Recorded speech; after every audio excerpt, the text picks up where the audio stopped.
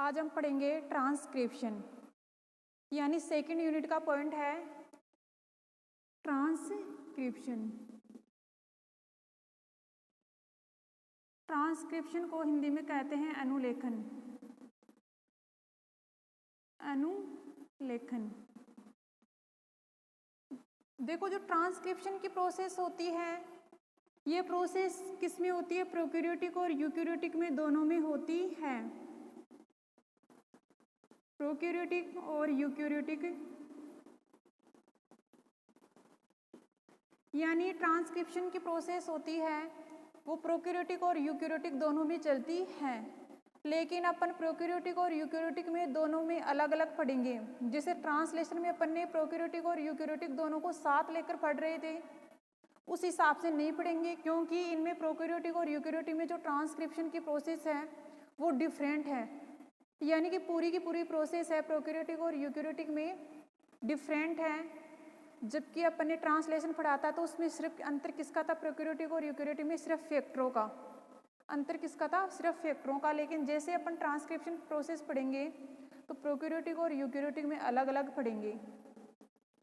सबसे पहले अपन पढ़ेंगे यूकैरियोटिक के बारे में कि यूकैरियोटिक है तो इसमें ट्रांसक्रिप्शन की प्रोसेस कैसे होती है। तो यूकैरियोटिक है, इसमें अपन सबसे पहले बात करते हैं यूकैरियोटिक की। यूकैरियोटिक में ट्रांसक्रिप्शन स्टार्ट होता है डीएनए से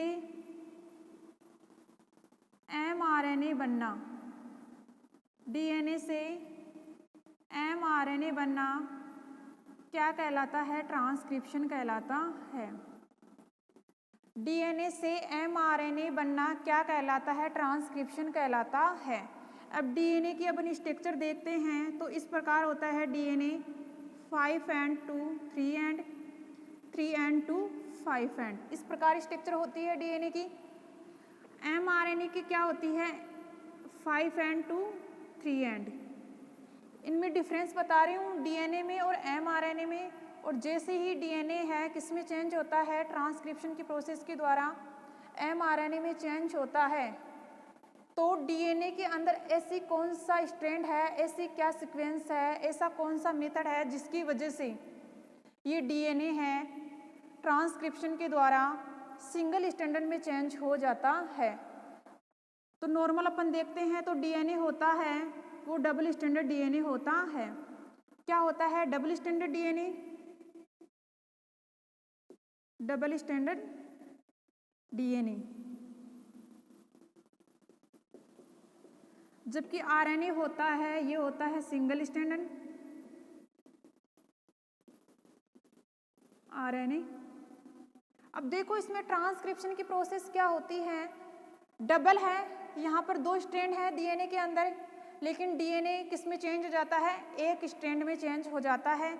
अब ये एक स्ट्रैंड बचा है, यह कहाँ चला जाता है? 2 हैं तो यहाँ पर भी एमआरएनए में भी 2 होने चाहिए, लेकिन जो एक स्ट्रैंड होता है वही जाता है किसमें? एमआरएनए में। तो फिर ये एक स्ट्रैंड है, ये कहाँ चला जाता है? इसका रीजन क्या है? जैसे ही ट्रांसक्रिप्शन की प्रोसेस स्टार्ट होती है डीएनए के अंदर, जैसे ही डीएनए के अंदर ट्रांसक्रिप्शन की प्रोसेस स्टार्ट होती है तो डीएनए का जो 5' से 3' वाला स्ट्रैंड है वो तो किस में चला जाता है? एमआरएनए में। यानी ये स्ट्रैंड 5' to 3' वाला स्ट्रैंड किसका निर्माण कर लेता है? एमआरएनए का। अब 3' to 5' वाला सिरा है, ये क्या करता है? ये टेम्पलेट के रूप में काम करता है। टेम्पलेट के रूप में काम करता है। किसके रूप में काम करता है? टेम्पलेट के रूप में काम करता है। टेम्पलेट का क्या होता है कि ये ऊपर वाला सिरा, ऊपर वाला स्टैंड है, ये नीचे वाले स्टैंड का सहारा लेके किस में चेंज हो जाता है? एमआरएनए में चेंज हो जाता है। अब यहाँ टेम्पलेट के रूप में काम करता है। इस प्रकार अपन देखते हैं, जैसे एमआरएनए है, ये आगे प्रोसेस यानी दोबारा से इसमें प्रोसेस होगी तो एमआरएनए का निर्माण करेगा। तो फिर यहाँ पर टेम्पलेट के रूप में काम कौन करता है? एक स्टैंड। जैसे ये मान लो ये स्टैंड है, ये इसमें टेम्पलेट हो गया, टेम्पलेट स्टैंड क्या होता है? डीएनए का ही एक छोटा सा खंड होता है जो पॉलीमरेज एंजाइम के द्वारा उसके 3 एंड या 5 एंड सिरे पर जोड़ दिया जाता है। जैसे ही आरएनए पॉलीमरेज इस टेम्पलेट को 3 एंड सिरे पर जोड़ देता है तो उसके पश्चात ये टेम्पलेट है धीरे धीरे एक कंप्लीट स्टैंड का निर्माण कर लेता है। इस प्रकार एक डबल स्टैंडर्ड का निर्माण हो जाता है।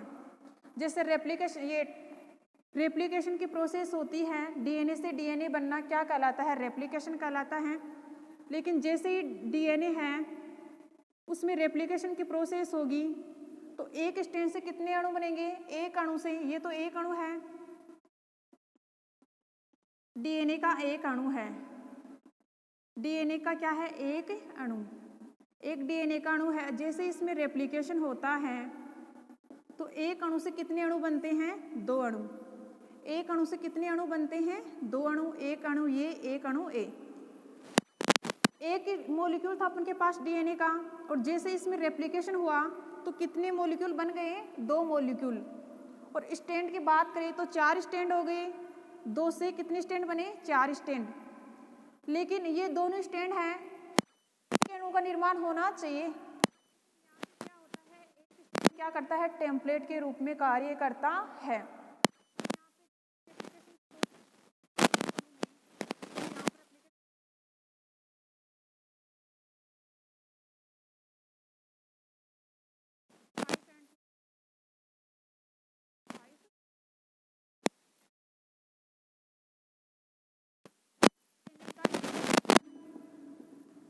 डीएनए का ही टुकड़ा होता है।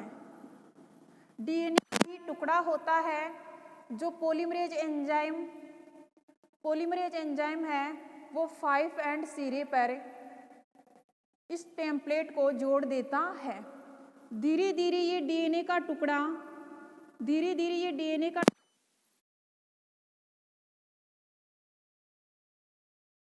टेम्पलेट का टुकड़ा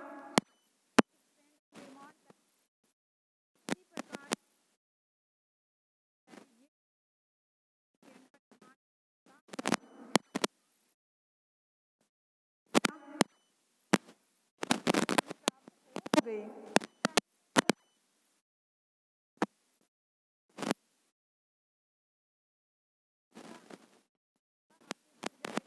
आरएनए पॉलीमरेज की सहायता से